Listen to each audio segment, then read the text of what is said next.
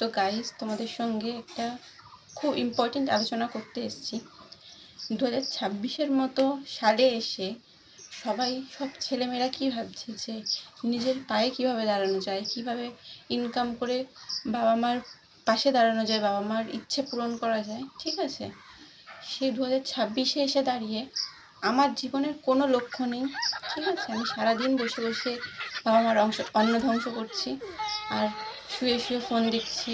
কোথায় অঙ্কিতার আমার বার্থডে হচ্ছে, 1000 একটা ভিডিও হচ্ছে, সেগুলো দেখছি।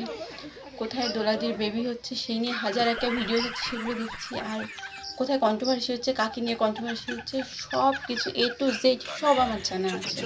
সব আমার জীবনের কোনো লক্ষ্য নেই। আমি ভেবে নিয়েছি আরও 2050, 60 যত সাল এগোনো যায়, যতদিন বাঁচবো ততদিন আমি শুধু বাবা মার অন্ন ধ্বংস করবো, আর শুয়ে শুয়ে এরও কন্ট্রোভার্সি দেখে বেড়াবো, এরোর ভিডিও দেখে বেড়াবো। আমি জানি এই সুমিদি, অঙ্কিতা দি, এদেরকে সবাই ছাপটি বলে, কিন্তু আমার মনে ওদের জন্য তো আলাদাই ভালোবাসা থাকে। কেন আমি জানি না, ঠিক আছে, আলাদা একটা ভালোবাসা। আমি সারাদিন ওদের ভিডিও দেখি, সারাদিন। তুমি তোমরা যখনই দেখবে তখনই আমি ওদের ভিডিও দেখছি। আমি জানি না আমি কেন দেখি, কিন্তু আমার খুব ভালো লাগে ওদের ভিডিও দেখতে। তো তোমাদের যদি কোনো কন্ট্রোভার্সি নিয়ে তোমাদের কোনো কিছু জানার ইচ্ছা থাকে, আমার কমেন্টে জানিও। আমি অবশ্যই জানি, সব জানি, A to Z সব বিষয় নিয়ে কন্ট্রোভার্সি জানি।